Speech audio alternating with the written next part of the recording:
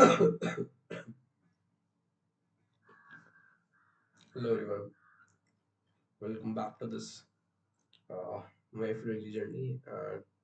And this last session, we're gonna continue our chapter 7 of digital art or not giving fuck, and we'll learn some new words also, and learn some new values, some new philosophy, some new core values that you should know, right?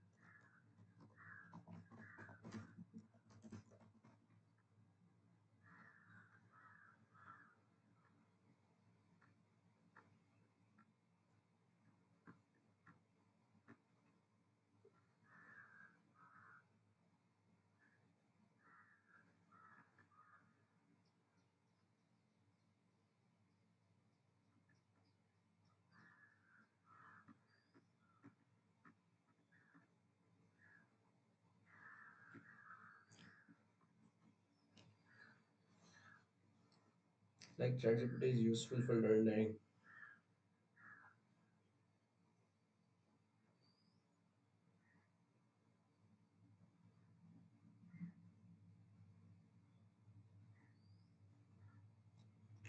Basic English. It's not good for learning or researching new things because this is just about means what ChatGPT is doing is uh, he's actually finding the probability of the best or finding the highest probability word which comes after some. For example, if you put the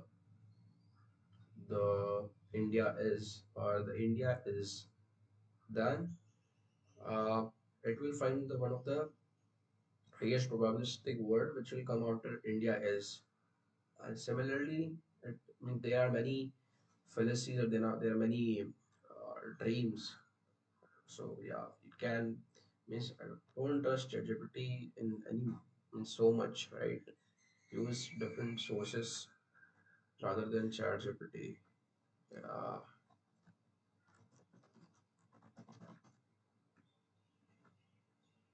I think Cambridge Dictionary is way good, better than ChatGPT. So now I'm replacing it with right. Okay,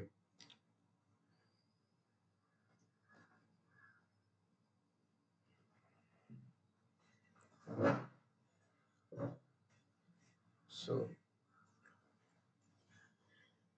today's chapter is the do something, the do something principle. Okay. In 2008, after holding down a day job for all of 6 weeks, I gave up on the uh, whole job thing to pursue an online business. At the same time, I had absolutely no clue. So I offered this.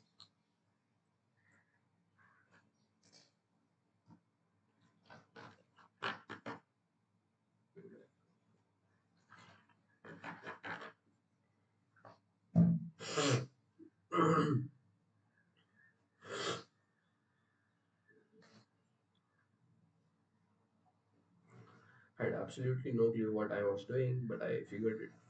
But I figured if I was going to be broke and miserable, I might as well be while working on my own terms. And at that time, all I seemed to really care about was chasing girls. So fuck it. I decided to start a blog about my crazy dating lives. That first morning that I woke up self-employed there quickly consumed me. I found myself sitting with my laptop and realized for the first time that I was entirely responsible for all my own decisions as well as the consequences of those decisions. I was responsible for teaching myself web design, internet marketing, search engine optimization, and other esoteric topics. Esoteric. Okay, what does esoteric?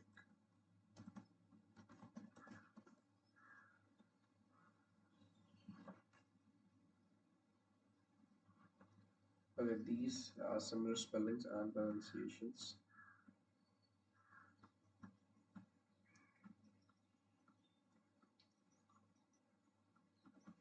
Oh, I just have to give the word right.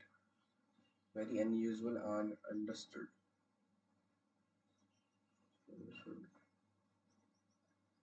Only a small number of people, special knowledge.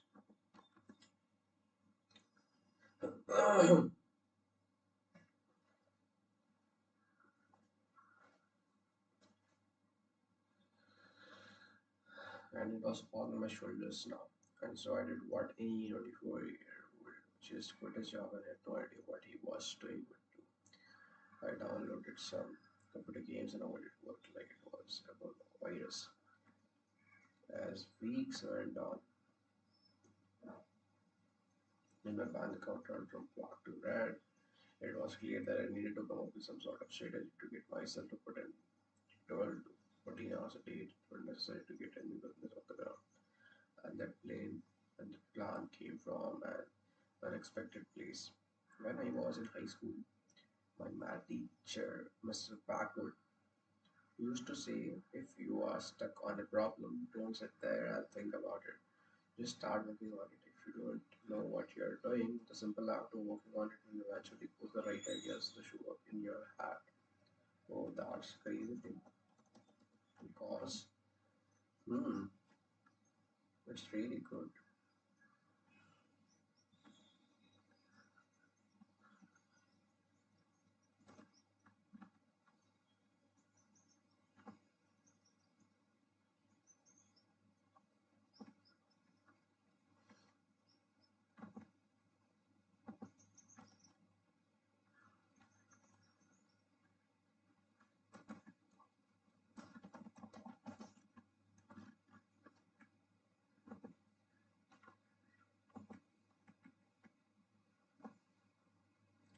Please just start off as soon as possible because, yeah, this is a great learning curve. During that early self-employment period when I struggled every day, completely clueless about what to do and terrified of the results for therefore Mr. Packwood's advice started calling me from the recesses of my mind. I heard it like a mantra. Don't just sit there, do something, the answer will follow. In the course of applying Mr. Packwood advice, I learned a powerful lesson about motivation. It took about 8 years for this lesson to sink in, but what I discovered over those long, grueling months of home product launches, laughable advice columns, uncomfortable nights on friends' couches, overdrawn bank accounts, hundreds of thousands of words written, most of them unwritten, was perhaps the most important thing I have ever learned in my life. Action isn't just the effect of motivation, it also the cause of it. Most of us commit to action only if we feel a certain right level of motivation and and we feel motivation only when we feel enough emotional inspiration. And we assume that these steps occur in a sort of chain reaction, like this: emotional inspiration, motivation, desirable action. If you want to accomplish something, but don't feel motivated or inspired, then you assume you are just screwed. There's nothing you can do about it. It's not until a major emotional life event occurs that you can generate enough motivation to actually get off the couch and do something. The thing about motivation is that it's not only a three-part chain but an endless loop. Inspiration, motivation, action. Inspiration, motivation, action.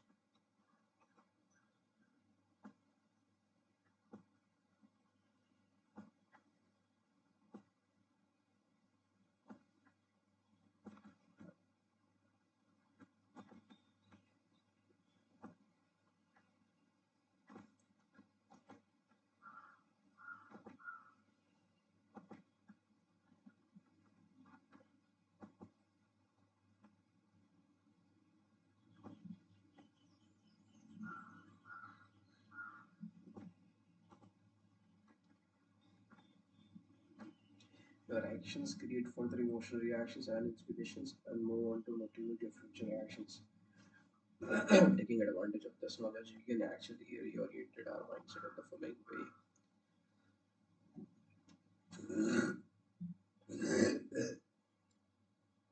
If you lack the motivation to make an important change in your life, do something, anything, really, and then harness the reaction to that action as a way to begin motivating yourself. I call this the do something principle. After using it myself to build my business, I began teaching it to readers who came to me perplexed by their own VCR questions. How do I apply for a job? Or how do I tell this guy I want to be his girlfriend? This guy that I want to be his girlfriend. And like during the first couple of years, I worked for myself. Entire weeks would go by without my accomplishing much for no other reason that I was anxious and stressed about what I had to do, and it was too easy to put. It was too easy to put everything off. I quickly learned though that forcing myself to do something when the most menial of tasks quickly made the larger tasks seem much easier. If I had to redesign an entire website, I'd force myself to sit down and would say, okay, I'll just design the header right now. But after the header was done, I'd find myself moving on to the other parts of the site. And before I knew it, I'd be energized and engaged in the project. The author Tim Ferriss relates a story he once shared about a novelist who had written over 70 novels. Who had written over 70 novels. Someone asked the novelist how he was able to write so consistently and remain inspired and motivated. He replied, 200 crappy words per day, that's it. The idea was that if he forced himself to write 200 crappy words more often than not, the act of writing would inspire him. And before you knew it, he had thousands of words down on the page. Okay. If we follow the do something principle, failure feels unimportant. When the standard of success becomes merely acting, when any result is regarded as progress and important, when inspiration is seen as a reward rather than prerequisite, we propel ourselves ahead. We feel free to fail, and the failure moves us forward. And that is something which will not only keep us overcome procrastination, but also the process by which we adopt new values. The midst of it's crazy, bro.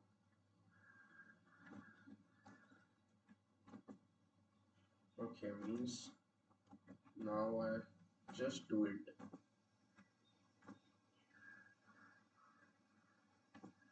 Just do it.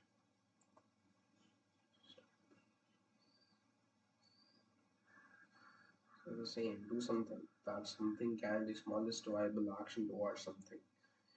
It can be anything. Recognize that you have been an entitled prick in all of your relationships. I want to start developing more compassion for others.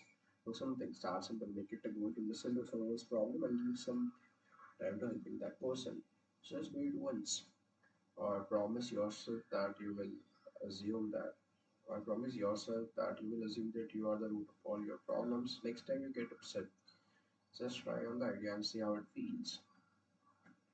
Oh, that's often all that's necessary to get the snowball rolling. The action needed to inspire the motivation to keep going.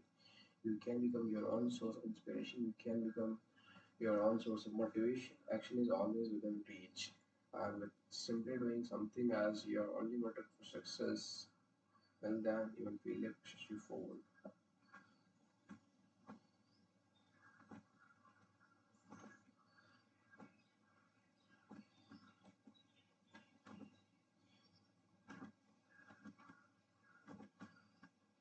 Uh, the importance of saying no.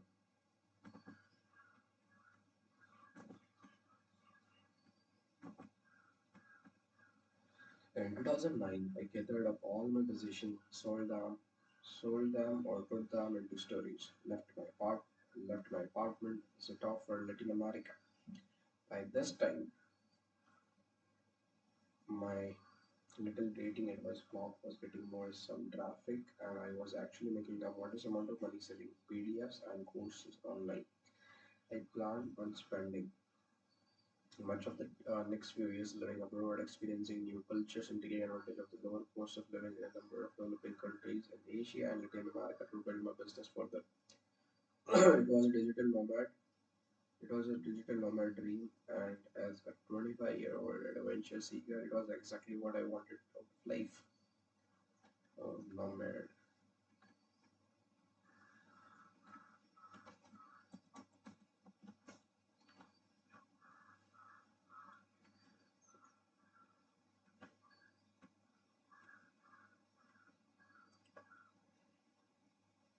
But as sexy and heroic as my plan sounded, not all of the values are agreed to this nomadic lifestyle were healthy ones. Sure, I had some admirable values going on, a thirst to see the world, a curiosity for people and culture, some old-fashioned adventure seeking, but there also existed a faint outline of shame underlying everything else. At the time, I was hardly aware of it, but I was completely honest with myself. I knew there was a screwed up value lurking there.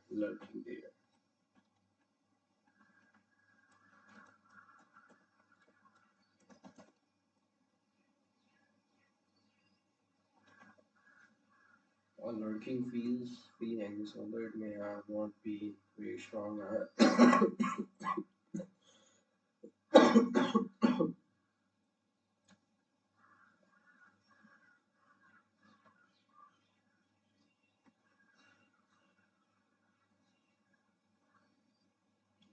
My friend,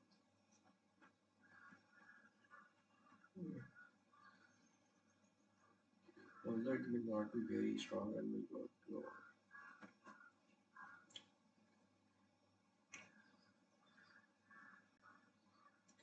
Somewhere beneath the surface, I couldn't see the it, but in quiet moments when I was completely honest with myself, I could feel it. Although with the entitlement of my early 20s, the really traumatic shift of my teenage years had left me with a nice bundle of commitment issues. I had spent the past few years overcompensating for the inadequacy and social anxiety of my teenager years, and as a result, I felt like I could meet anybody I wanted, be friends with anybody I wanted, love anybody I wanted, have sex with anybody I wanted. Why would I ever commit to a single person or even a single social group, a single city or country or culture? If I could experience everything equally, then I should experience them all equally, right? Armed with this grandiose sense of connectivity to the world, I bounced back and forth across countries and oceans in a game of global hopscotch that lasted over 5 years.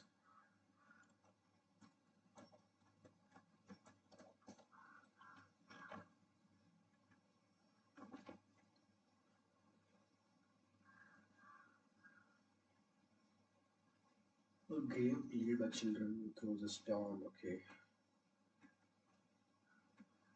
1, 2, 3, 4, 5, 6, 7, 8.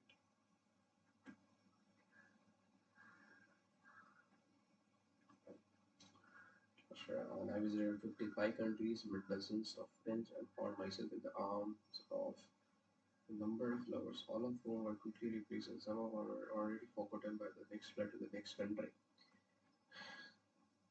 It was a strange life, replete with fantastic horizon breaching experiences as well as superficial highs designed to numb my underlying pain. It seemed both so profound yet so meaningless at the same time, and still does. Some of my greatest life lesson and character defining moments came on the road during this period. But some of the biggest ways of my time and really came during this period as well. Now I live in New York. I have a house and furniture and an electric bill and a wife. None of it is particularly glamorous or exciting, and yet we like it that way because after all the years of excitement, the biggest lesson I took from my adventuring was this: absolute freedom by itself means nothing.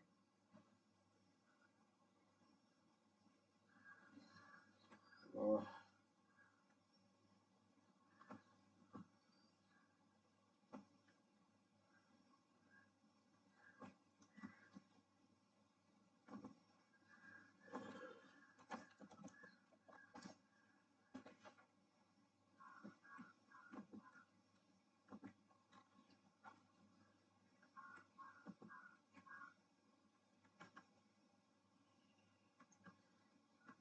Freedom grants the opportunity for greater meaning, but by itself there is nothing necessarily meaningful about it. Ultimately, the only way to achieve meaning and the sense of importance in one's life is through a rejection of alternatives. One narrowing of freedom, a choice of commitment to one's place, one belief, or one season. This realization came to me slowly over the course of my years traveling. As with most excess in life, you have to drown yourself in the plan to realize that it don't make you happy. Such was traveling with me as I drowned in my 53rd, 54th, 55th country. I began to that while all of my experiences were exciting and great, few of them had any lasting significance. Whereas my friends back home were settling down into villages, while houses and giving their time to interesting companies or political causes. I was floating from one high to the next, long drive.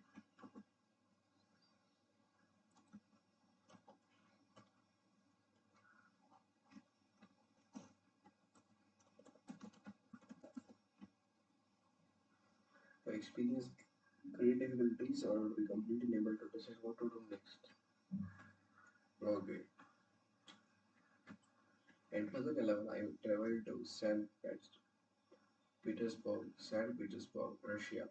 The food sucked, the weather sucked. Snow in May. Snow in May?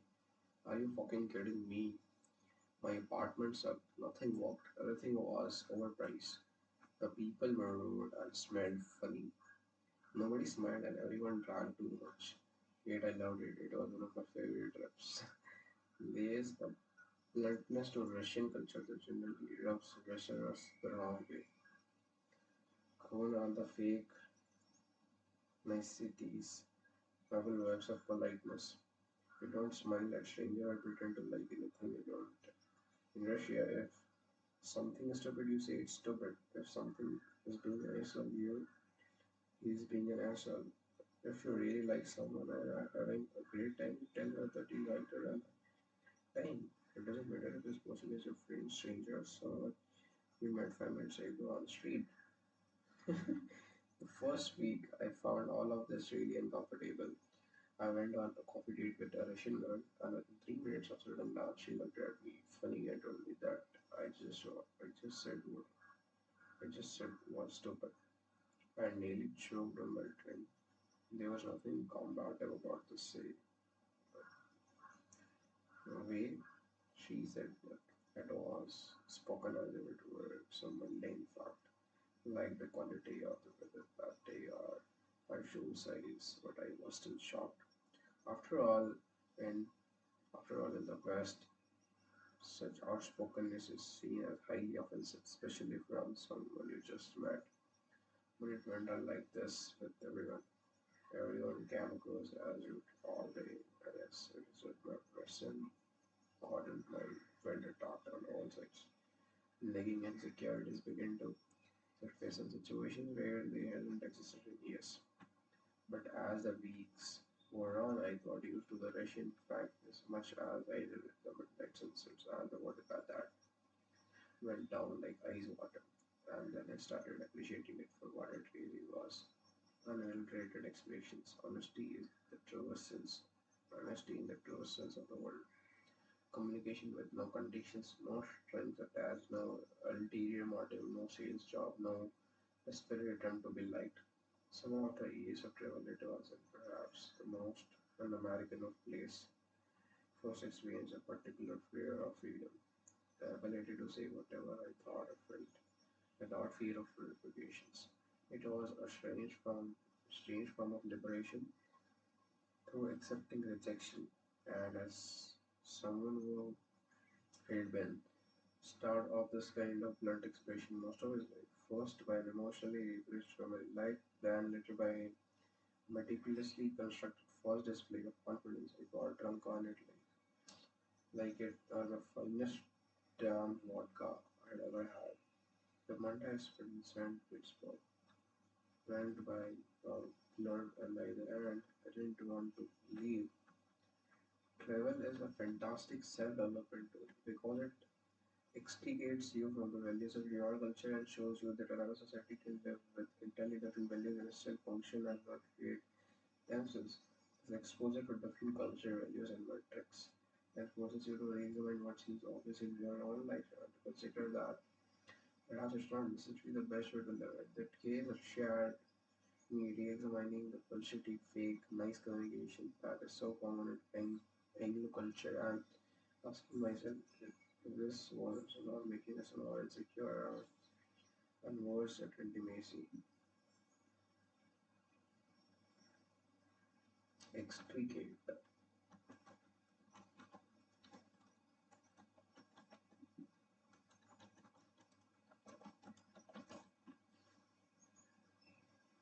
To remove something or to set something free.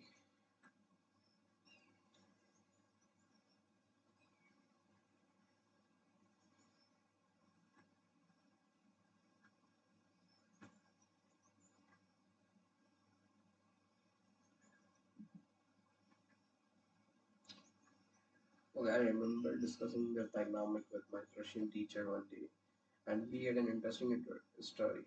He had an interesting theory. Having lived under communism for so many generations with little to no economic opportunity and caged by a culture of fear, Russian society found the most valuable currency to be trust. And to build trust, you have to be honest. That means when things suck, you say so openly and without apology. People's display of unpleasant honesty were rewarded for the simple fact that they were necessarily for survival. You had to know whom you could rely on and whom you couldn't, and you needed to know quickly. But in the free West, my Russian teaching continued, there existed an abundance of economic opportunity, so much economic opportunity that it became far more valuable to present yourself in a certain way, even if it was false. That didn't actually be that way. Trust lost its values. Appearances and salesmanship become more advantageous form of expression. Knowing a lot of people superficially was more beneficial than knowing a few people closely.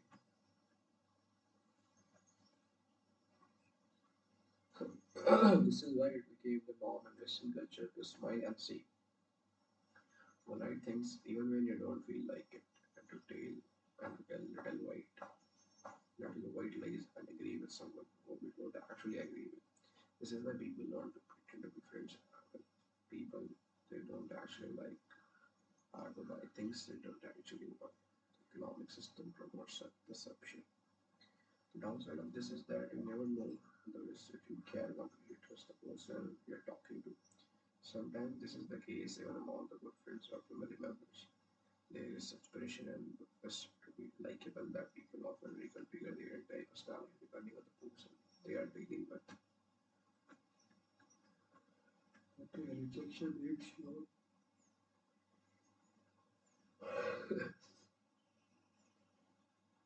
rejection makes your life better.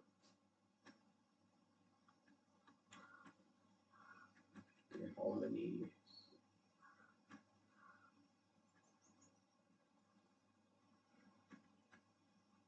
as an extension of our positivity consumer culture, many of us have been indoctrinated with the belief that we should try to be as inherently accepting and affirmative as possible. This is a cornerstone of many of the so-called positive thinking books. Open yourself to opportunities. Be accepting, say yes to everything and everyone, and so on.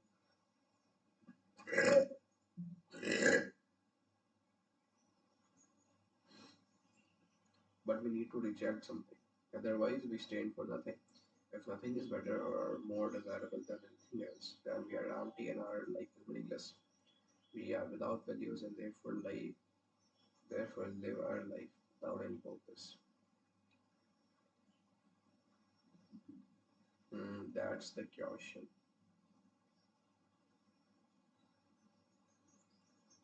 The avoidance of rejection, both giving and receiving it, is often sold to us as a way to make ourselves feel better. But avoiding rejection gives us short-term pleasure by making us rudderless and directionless in the long term.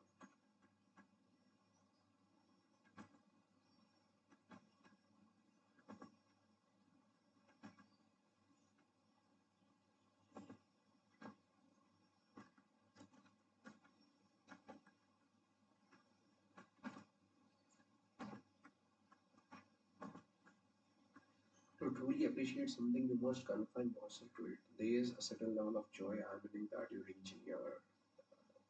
reach in life only when you have spent decades investing in a single relationships, a single craft, a single career, and you cannot achieve those decades of investments without rejecting the alternatives. The act, the act of choosing a value for yourself requires rejecting alternative values.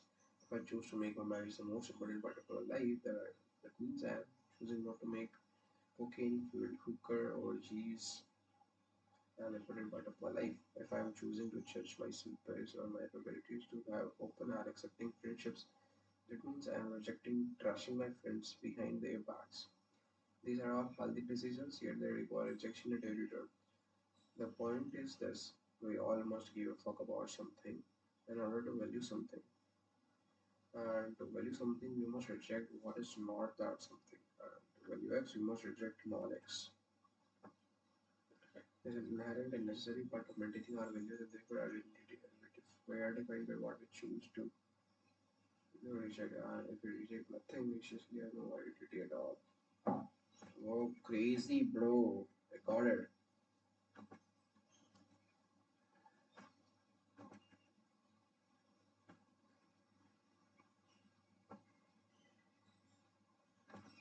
And the desire to avoid rejection at all costs, to avoid confrontations. Confrontation and conflict, the desire to attempt to accept everything equally and to make everything coherent and harmonized is a deep and subtle form of entitlement. Entitled people became entitled people because they feel as though they deserve to feel great all the time, avoid rejecting anything because doing so might make them or someone else feel bad. And because they refuse to reject anything, they live a valueless, pleasure-driven, and self-absorbed life. All they give a fuck about is sustaining the high a little bit longer to avoid the inevitable failures of their life, to pretend the suffering away. Rejection is an important and crucial life skill. Nobody want to stuck in a relationship that isn't making them happy. Nobody want to be stuck in business doing work they hate and don't believe in. Nobody want to feel that they can't say what they really mean. Yet people choose these meanings all the time. Honesty is a natural human craving, but part of having honesty in our lives is becoming compatible with saying and hearing the word no. In this way, rejection actually makes our relationships better and our emotional lives healthier.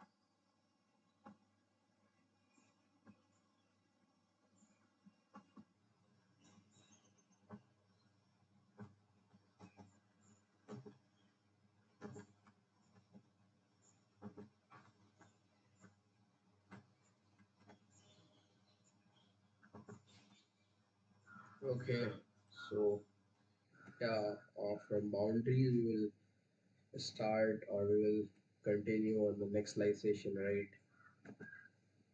And we learn so much more in this. Yeah, and there are many different. I learned a lot about life and our value system. So this movie is very powerful, right? If someone Means this book is really great. I recommend everyone should read that book because this 120 pages is really changed my whole system about value system about our decision making, how we make decisions, or means how means what our subconscious mind thinks uh, before taking the decision and after taking the decision, what are cheap dopamines. Yeah.